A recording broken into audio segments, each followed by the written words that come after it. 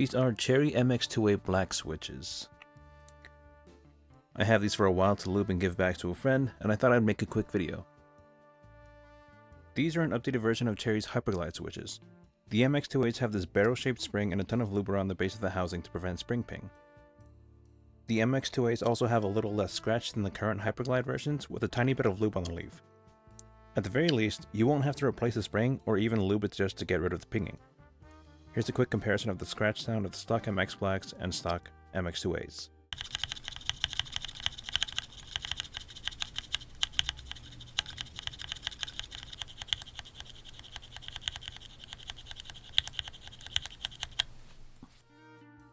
Now compared to the Nixies have the same terrible spring as the Hyperglides, but they're a lot smoother after you lube them.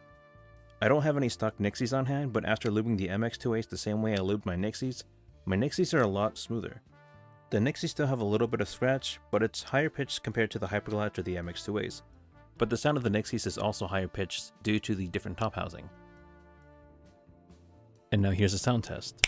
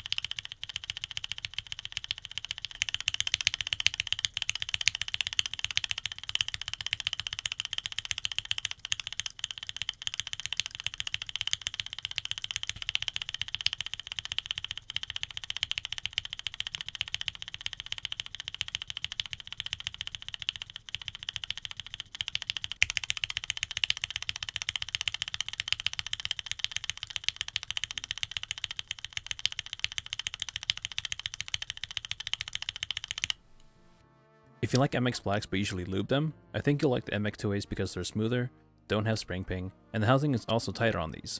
There's still a little bit of wiggle room in the top housing, so you might want to get at least a thin switch film in them. If you like MX Blacks but want them to be as smooth as possible, even though the sound profile is a little different, you could try Nixies as they're still slightly smoother in my experience than the MX2As, or you could try buying these switches broken in. Although I don't know how much of a difference that actually makes since I've never tried breaking in switches at a ridiculously high number of actuations, like some vendors sell them at. Let me know what you think. Thanks for watching.